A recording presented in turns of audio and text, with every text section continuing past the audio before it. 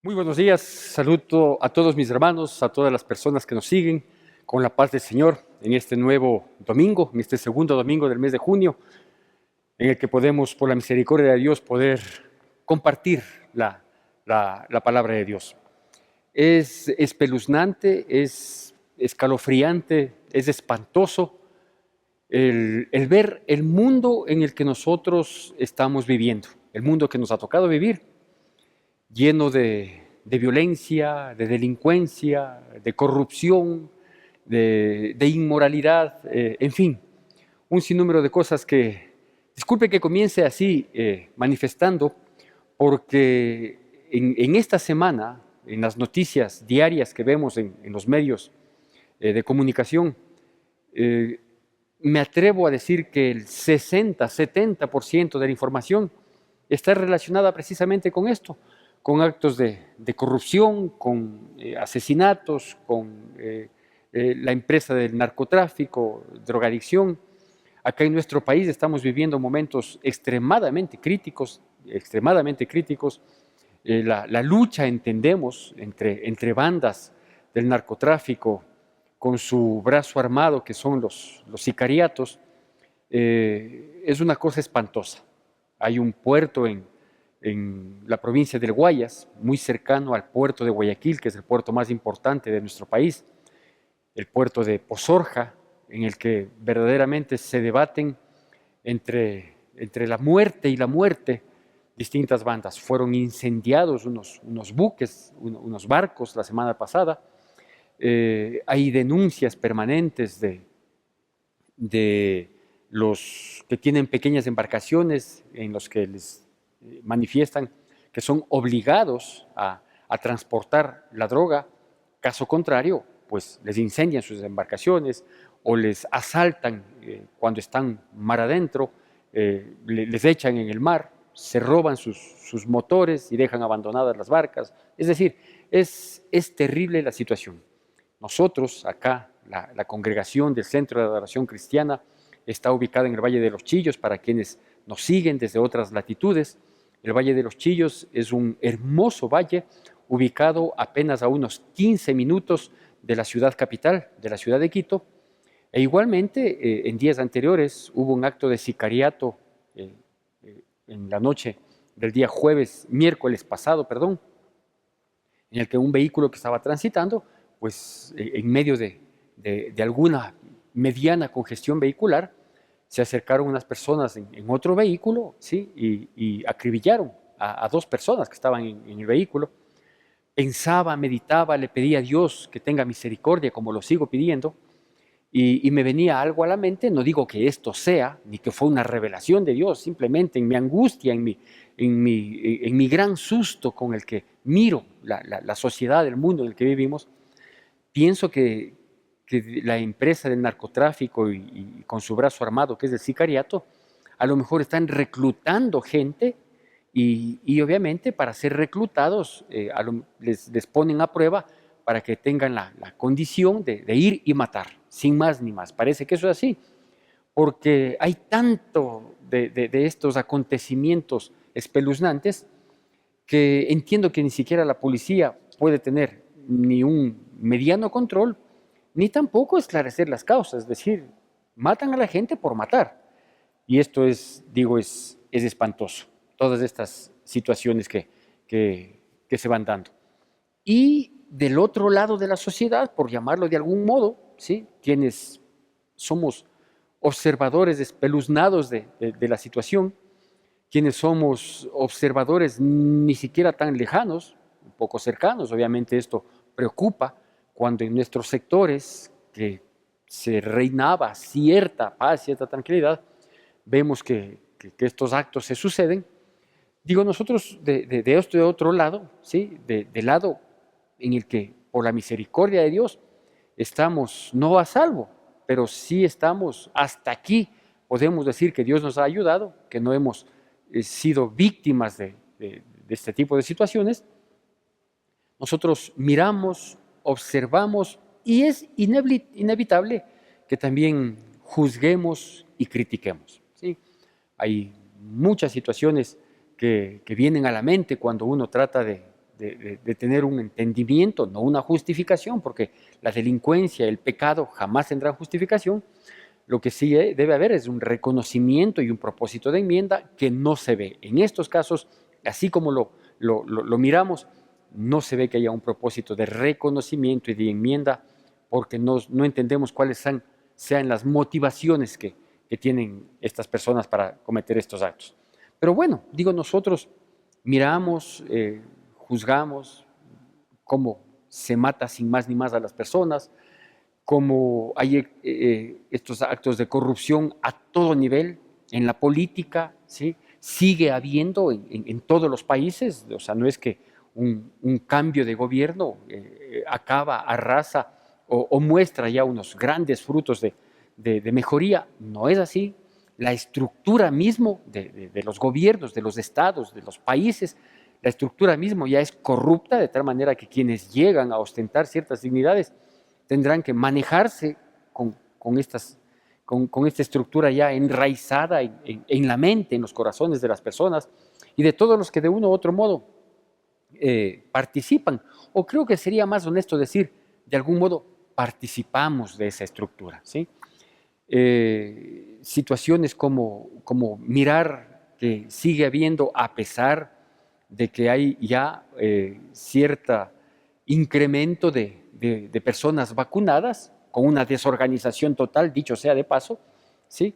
Porque siguen habiendo los vacunados VIP, es decir, uno se entera, ¿sí? Ya, la prensa ya no lo saca, pero uno se entera de que fulano de tal tiene 30 y algo de años y ya está vacunado, de que él y toda su familia, de que personas de élite económica, sin tener enfermedades catastróficas ni nada, pues ya están vacunadas, ¿sí? Ellos, sus empleados, sus empleadas, para que ellos no estén en riesgo, ¿no es cierto? Y hay personas vulnerables por edades, por enfermedades, que no han tenido acceso al Internet para informarse cuándo, cómo y qué deben hacer para vacunarse, pues todavía no lo están, ¿sí? Hay personas que recibieron una primera vacuna y que no optan por la segunda vacuna. ¿Por qué? Porque no hay vacunas, porque posiblemente las dosis que eran para ellos, pues pusieron a sus amistades, a sus amigos. Es decir, la corrupción campea en todo aspecto, ¿sí? Sumado a la inmoralidad que hay, ¿sí? Y que se ve desde las propagandas, desde los anuncios publicitarios, hasta lo que encontramos, escenas por demás pasadas de tono, en películas, en novelas, etcétera, etcétera, etcétera. Todo esto es un caos social.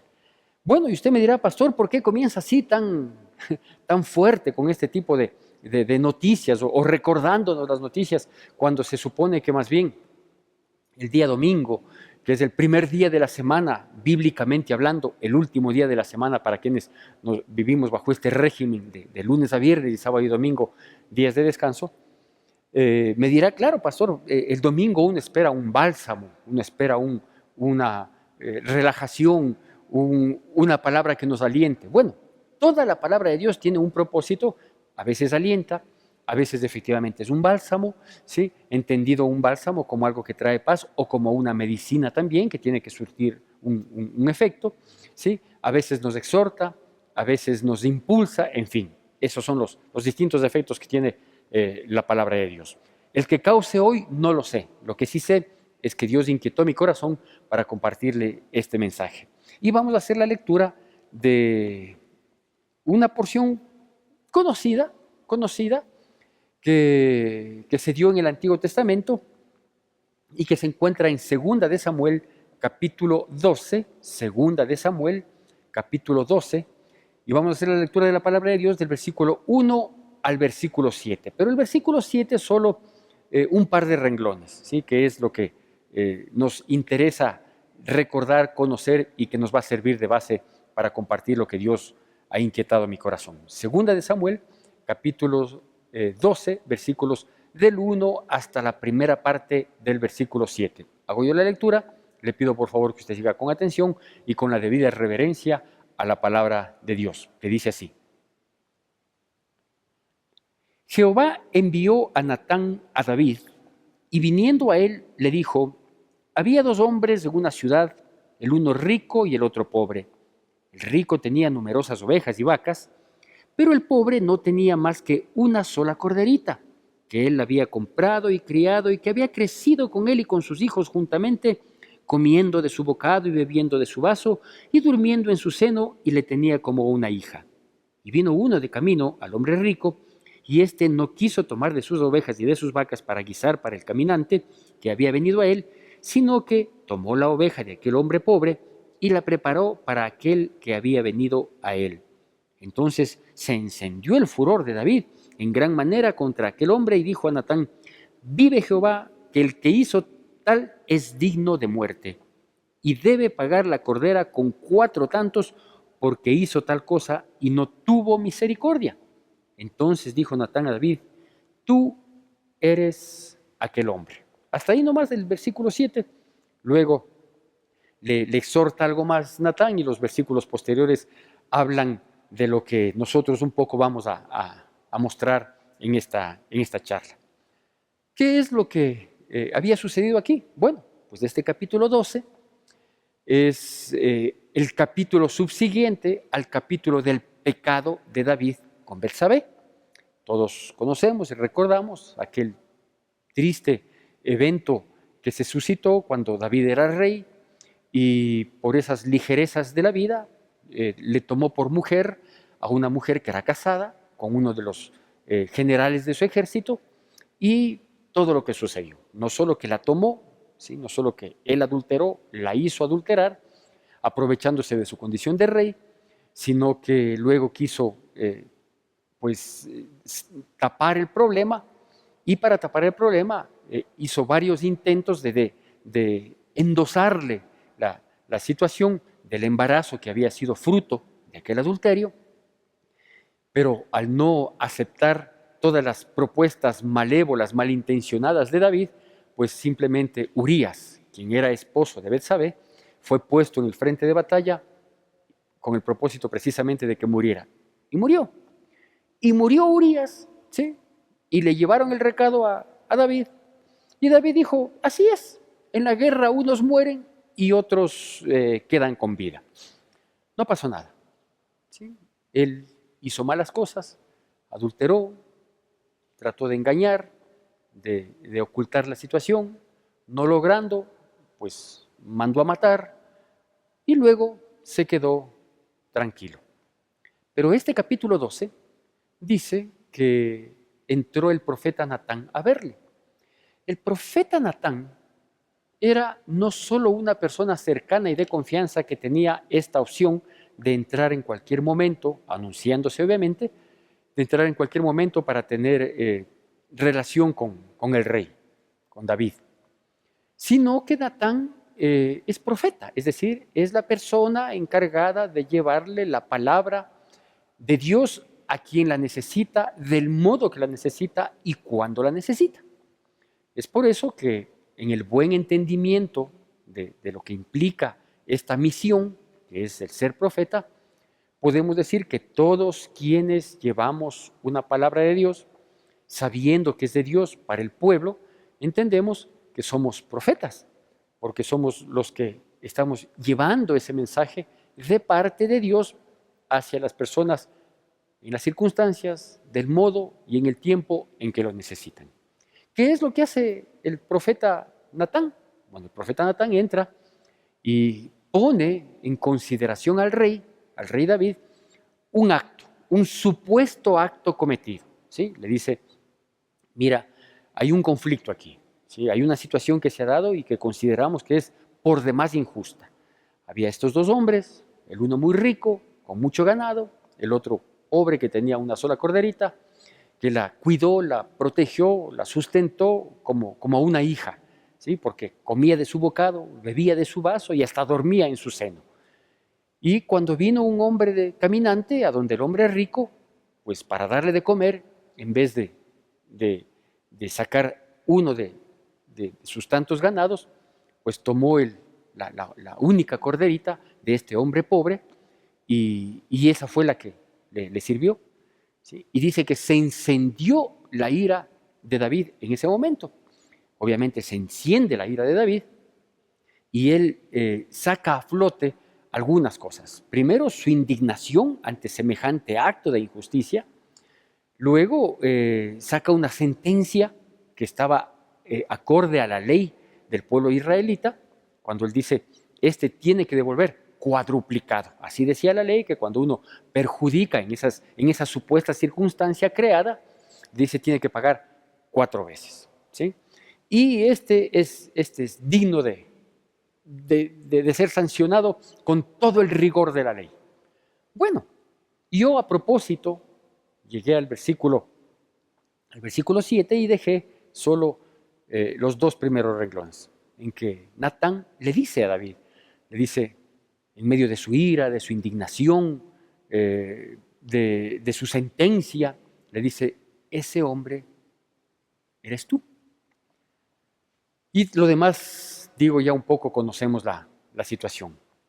Mire, no creo que hay mejor título, mejor nombre para esta prédica, con este contexto que acabamos de ver, que llamarle a esta prédica, ponte en sus zapatos. Ponte en sus zapatos. ¿Por qué?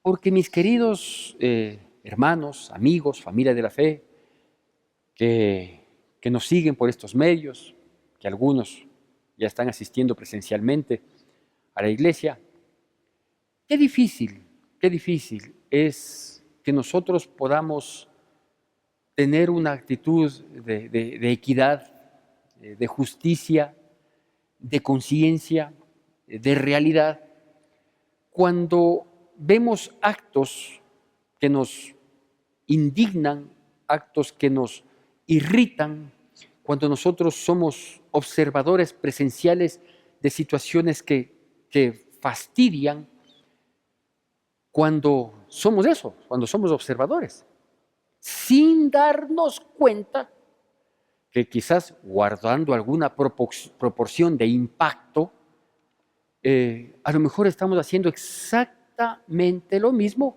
solo que o de distinta manera, o simplemente no apreciamos la verdadera situación, no apreciamos el dolor, el quebranto que podemos causar a otras personas, ¿sí? Porque claro, una cosa es ser protagonista de los eventos y otra es ser observador de los eventos. Cuando somos observadores de los eventos, sí, nos irritamos, nos fastidiamos, nos indignamos, sentenciamos, nos molestamos sobremanera. Pero cuando nosotros o nuestros seres queridos son los protagonistas de la situación, ahí las cosas le vemos con mayor tranquilidad. En muchos de los casos ni siquiera llegamos a encontrar culpabilidad, por el contrario encontramos muchos justificativos y eso se llama injusticia. La palabra de Dios dice allá en el libro de Corintios, dice, ¿no sabes que los injustos no heredarán el reino de Dios?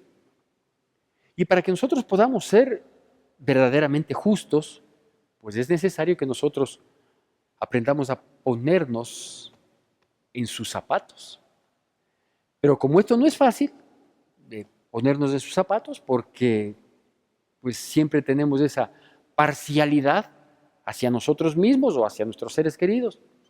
Siempre tenemos esa tendencia hasta de buena fe, del corazón, ¿sí?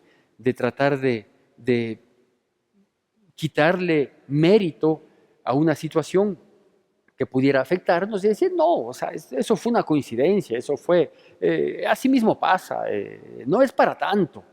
Pero cuando nosotros somos observadores de eso, ¿sí? Ahí sí, escandalizamos, ¿sí?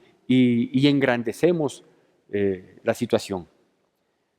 Es por eso que yo comencé comentando todas estas noticias que precisamente nos impactan, todas estas situaciones que nos indignan y que nos hacen en un momento sentir una impotencia que nos lleva a ser juzgadores.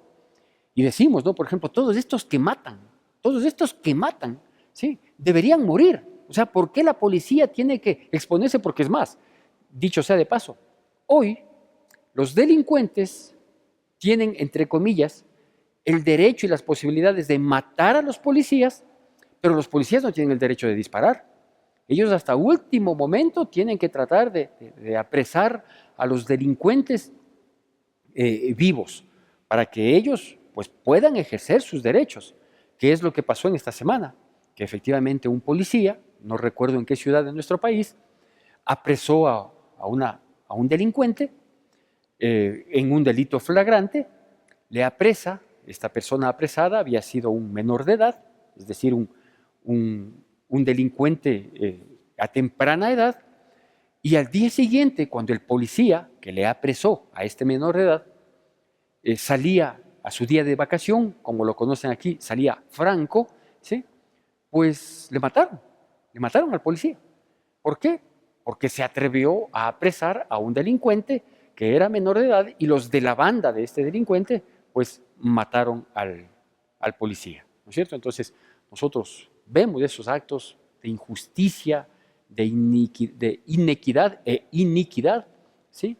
Y nos molesta y nos aterra y nos espanta, ¿sí? Yo me pregunto, cuando juzgamos la corrupción como observadores, ¿no? y miramos todos estos actos abusivos, porque ¿cómo podríamos definir la corrupción?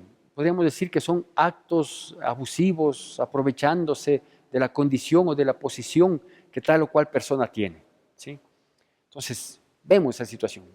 Oiga, y cuando nosotros, aún en nuestra posición mínima, no tendremos quizás, hablo por mí, un cargo público, una posición de jefatura, gente en mi entorno, o que de mí dependa el que otras personas se favorezcan de tal o cual beneficio y yo cobre por ese beneficio. En la posición de cada uno de nosotros, ¿no somos también corruptos?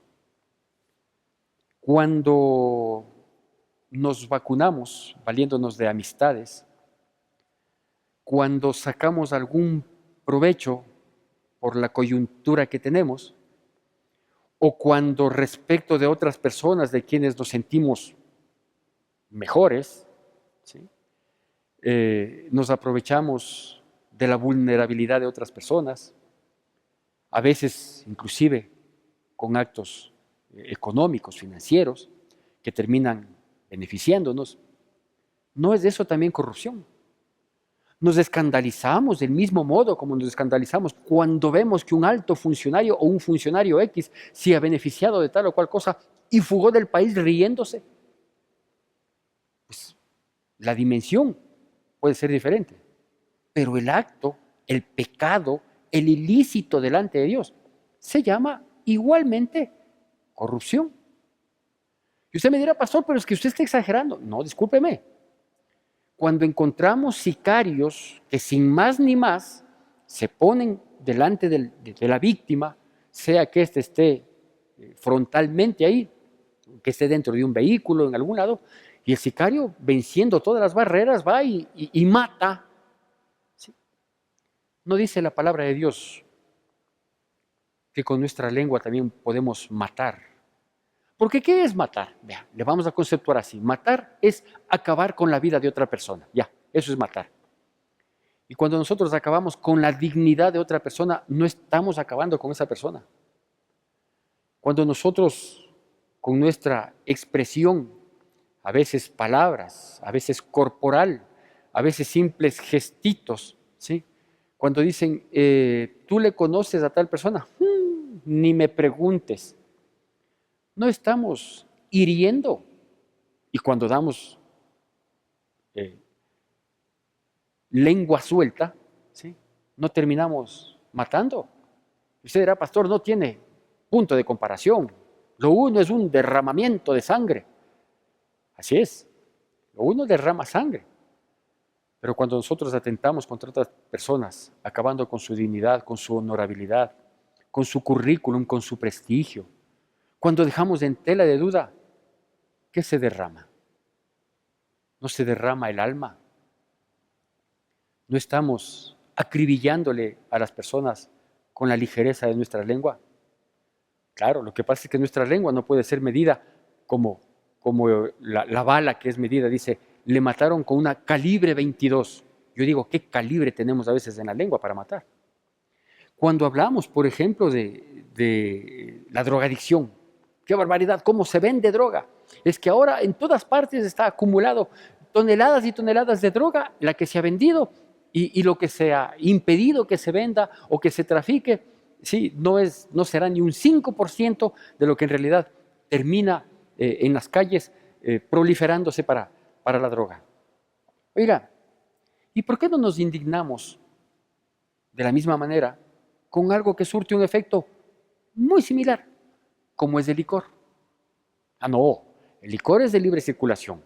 Es más, nos molestamos cuando con estas medidas las autoridades de pronto ponen restricción de que no se venda el licor el fin de semana, ¿sí?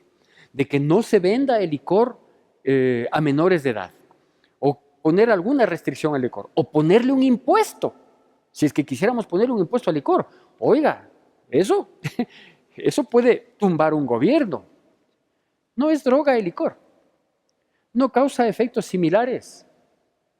Cuando el licor es ingerido y una persona se sube a un volante, no es un potencial criminal. No hemos visto resultados de eso. ¿Por qué no nos indignamos con el licor? Ah, no, es que esa es una droga socialmente aceptada. Ah, bueno, si es que es así la cosa cambia. ¿Por qué no nos indignamos lo mismo con el tabaco? ¿Sabe cuántas personas no soportaron los efectos de este virus porque tenían dañados sus pulmones y murieron por esa causa? Porque el mismo virus pegó a unos, pegó a otros, pero el fumador terminó despidiéndose y el no fumador, por la misericordia de Dios. No estoy hablando de todos los casos, porque no tengo estadísticas, pero estoy hablando de algo obvio. ¿Por qué no nos indignamos con el tabaco? ¿Por qué no lo erradicamos? ¿Por qué no entramos, así como cuando veo que la policía entra a unas bodegas o a alguna casa, tumbando la puerta y encuentran ahí los paquetes de droga? Dice, la policía pudo encontrar este lugar en donde estaba almacenada la droga, sí, y fue incautada. Entremos a las licorerías e incautemos el licor. ¿No es lo mismo? No es lo mismo, no es droga, no hace daño, no altera, no destruye hogares. Sí se da cuenta que es más fácil ser observador, ¿sí? Pero cuando somos protagonistas de la situación, la cosa es terrible. ¿Y qué hablar de la inmoralidad, no? ¿Sí? Cuando de pronto vemos actos de inmoralidad sexual, sensual. ¿Cómo es posible esto? ¿Cómo es posible esto otro? ¿Ah? ¿Y cómo vestimos a nuestras hijas? ¿Cómo permitimos que se vistan nuestras hijas? Es que son jovencitas. ¿Ah? Jovencitas significa que están a la venta, que son de alquiler.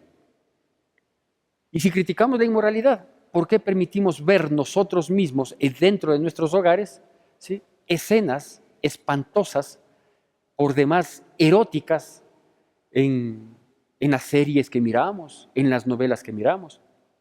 ¿Estamos de acuerdo con el homosexualismo? No, no estamos de acuerdo. Somos cristianos, ¿cómo vamos a estar de acuerdo con el homosexualismo? Pero vemos todas las películas, series, novelas, programas en donde no falta uno o más de personas con estas inclinaciones antibíblicas. Antibíblicas. No estoy hablando de que si la Corte Constitucional les permitió o no, quizás Dios les dé muchos hijos con esas inclinaciones a quienes lo aprobaron. Estoy hablando desde el punto de vista cristiano. O sea, cuando son otros son inmorales, ¿sí? Pero cuando es parte de mi película, cuando es parte de mi serie, cuando es parte de mi novela, ¿sí?, ahí no está mal. ¿Sí se da cuenta? Así somos, ¿no? Así somos.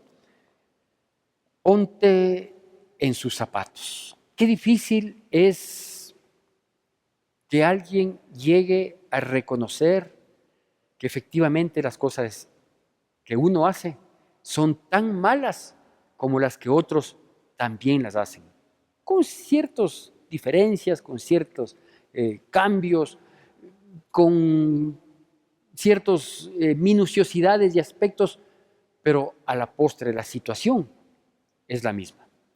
Por eso yo quiero comentarle 4 aspectos que son necesarios que nosotros como cristianos podamos considerar para no solo no ser juzgadores, observadores y juzgadores, sino para que nosotros podamos caer en cuenta cuando seamos protagonistas. Y estos 4 puntos son los siguientes. Pues la primera es que debemos reconocer que nosotros no juzgamos con equidad. Nosotros no juzgamos las cosas que vemos, las situaciones, no juzgamos con equidad. ¿Y es así? Cuando somos protagonistas nosotros o nuestros hijos, es el colmo. ¿Cómo es posible que el hijo del alcalde se haya beneficiado de tales o cuales cosas? Todavía no hay una sentencia, no podemos hablar, pero nosotros, es que mire cómo es así, asado, cocinado. Y cuando nuestro hijo se beneficia de alguna situación, no, es que mi hijo es pilas. O sea, el otro, cuando es el hijo del otro es ladrón, pero cuando es el mío, es que el mío es pilas. Perdón, no lo sabía, no tenía esa interpretación. Nunca juzgamos con equidad, primer aspecto. Segundo aspecto, jamás nosotros vamos a reconocer las cosas por nuestra propia cuenta. Y perdóneme que lo diga, uno puede orar y decirle, Dios mío, muéstrame si es que hay en mí caminos de perversidad. Uno puede tomar ciertos versículos de los libros de los Salmos, de los Proverbios, etcétera, etcétera. ¿Sabe qué? Este segundo punto es que necesitamos que nos exhorten. Siempre. Siempre necesitamos que haya una tercera persona que nos haga notar, ¿sí? Y que nos diga, mira, tal como lo hizo Natán, ¿sí? Le cuenta una historia que aparentemente no tenía nada que ver con los acontecimientos en los que fue protagonista el rey David, pero así es Dios. Dios le dio esa creatividad a Natán para que vaya con una historia que parecía muy real, que parecía muy dable de aquella época, ¿sí? Y que le provoque la indignación, porque se enfureció David. Y terminó diciéndole, ese hombre eres tú. Esa persona que se aprovecha de las amistades para sacar alguna ventaja, ese eres tú. No a lo mejor en la proporción de otro, pero el acto es el mismo. Ese que salió beneficiado con unos cuantos centavos, ese eres tú. No son millones como otros sinvergüenzas, pero tú tienes el mismo acto de sinvergüencería que lo has hecho. Ese eres tú, ¿sí? No eres una persona de inmoralidad abierta, ¿sí? De que a lo mejor tienes varias amantes, de que a lo mejor eres un infiel conocido, de que a lo mejor tienes ganado el infierno por tu condición respecto a la sensualidad y a la sexualidad, pero esos deseos mal habidos que tú los tienes, ese eres tú. A lo mejor no eres el criminal jefe de una banda de sicarios, sí, pero con tu lengua has hecho cosas terribles, esa eres tú. ¿Sí se da cuenta? Y eso es difícil reconocer, por eso es que siempre necesitamos que alguien nos exhorte, ¿sí? Y ese es usted, pastor. Vea, cada vez que yo le señalo a usted, tengo 3 dedos que me señalan a mí. Un tercer punto es que nos cuesta reconocer. Conversaba días atrás con una persona y le decía, yo quisiera conocer a una persona, ¿sí? Que habiendo cometido un error, reconozca primero inmediatamente, segundo en la verdadera magnitud de la situación y tercero, pida perdón con humillación para tratar de reivindicar la situación. Yo quisiera conocer una persona, ¿sí? Que reconozca inmediatamente que cometió un error, que reconozca en su verdadera magnitud y que esté dispuesto lo más pronto posible, de inmediato, ¿sí? A pedir perdón al nivel de humillación. No conozco, ni yo mismo me conozco, ni yo mismo me conozco. Por eso es que este tercer punto es que nos cuesta reconocer, admitir la situación en una verdadera dimensión. Nos cuesta reconocer. Y cuando hablo de nos cuesta reconocer, no estoy diciendo que la gente reconoce. No, sí, dice en realidad, verás, lo que hizo tal persona es terrible porque hizo así, asado, cocinado. Así. Yo también reconozco que yo no soy una perita en dulce. Yo también reconozco, lo otro es terrible, lo mío. Sí, yo también reconozco así, ligeramente de pasadita, pero de corazón sincero. Y obviamente, como no hay un reconocimiento sincero, también es muy difícil encontrar a alguien que esté dispuesto a retribuir correctamente, ¿no? Mire la reacción que tuvo David. Sí, tiene que pagar cuadruplicado. Perfecto. ¿Sabe cuál es el cuarto punto? Que existe una indisposición a retribuir. Ya hice, ¿ya qué quieres? Ya la regué, ya la fregué, ¿y ahora qué quieres? Ya adulteré, ya te causé dolor a ti y a mis hijos, ¿y ahora qué quieres que haga? ¿Que me vas a estar acusando todo el resto de la vida? ¿Me vas a estar juzgando? Porque si es así, entonces mejor ya aquí se acaba todo. Ah, bueno, bueno. Qué gran reconocimiento y qué gran propósito de enmienda, ¿no? Ya hice, ya ¿qué quieres? No quiero nada. Gracias por el gran reconocimiento. Qué terrible, qué terrible. Pero déjeme decirle para culminar, que entre los cristianos es más crítico, ¿no? Porque va a aparecer en pantalla unos versículos que vale la pena que queden en nuestra mente, en nuestro corazón, y que es parte de un sinnúmero de situaciones que Dios habló claramente, el Dios Cristo Jesús, el Hijo de Dios que vino al mundo, y que nos dejó varias instrucciones muy prácticas, muy entendibles. No es que yo no leo la Biblia, pastor, porque no entiendo, no entiende porque no quiere entender. Porque cuando uno coge la Biblia y comienza a leer desde los evangelios, entiende claramente si es una historia que se cuenta ahí, una historia con una sabiduría impresionante, ¿sí? Pero la gente dice que no entiende. Bueno, esperemos a ver si entienden esto. Y dice así, va a aparecer en pantalla, Mateo capítulo 7, versículos del 1 al 6. No juzguéis para que no seáis juzgados, porque con el juicio con que juzgáis, seréis juzgados, y con la medida con que medís, os serás medido. ¿Y por qué miras la paja que está en el ojo de tu hermano y no echas de ver la viga que está en tu propio ojo? ¿O cómo dirás a tu hermano, déjame sacar la paja de tu ojo y he aquí la viga en el ojo tuyo? Hipócrita, saca primero la viga de tu propio ojo y entonces verás bien para sacar la paja del ojo de tu hermano. No deis lo santo a los perros, ni echéis vuestras perlas delante de los cerdos, no sea que las pisoteen y se vuelvan y os despedacen. No quiero comentar los primeros 5 versículos porque están muy claros. ¿Sí? Dice, no juzgues si no quieres ser juzgado. No critiques porque con la misma medida con la que criticas, juzgas y sentencias, con la misma medida también tú serás igualmente juzgado, criticado y sentenciado. ¿Sí? No seas hipócrita. ¿Sí? Haz el favor de revisar primero tu vida antes de hablar del resto, antes de proliferar la pobre noticia del resto. Diciendo, uy, me muero lo que ha hecho. ¿Sí? Mira si es que tú estás perfecto, y si estás perfecto, dale gracias a Dios. Tampoco juzgues, tampoco critiques y mucho menos lo publiques, porque ahora los medios digitales sirven para publicar y acabar con otras personas. Solo quiero apuntarle al versículo 6 y con esto concluir. ¿Qué dice el versículo 6 del capítulo 7 de Mateo que acabo de leer? Parece que nada tiene que ver con los versículos anteriores, que habla de ser hipócrita, de tener una viga y queremos sacar la paja del ojo ajeno y que somos juzgadores precipitados. Y termina diciendo, no deis lo santo a los perros, ni las perlas a los cerdos. Dicho de otro modo, esta enseñanza que está dentro del sermón del monte es una enseñanza que es dada a la gente santa, a la cristiana, a la que le sigue a Cristo Jesús. Pero si usted no quiere recibir esta enseñanza, esta instrucción, esta guía, esta luz, entonces parece que la enseñanza está siendo dada a los perros, esta perla de vida está siendo dada a los cerdos, dicho de otro modo, no solo que no van a valorar, sino que la van a pisotear y la van a despreciar. Que esta palabra caiga en tierra fértil.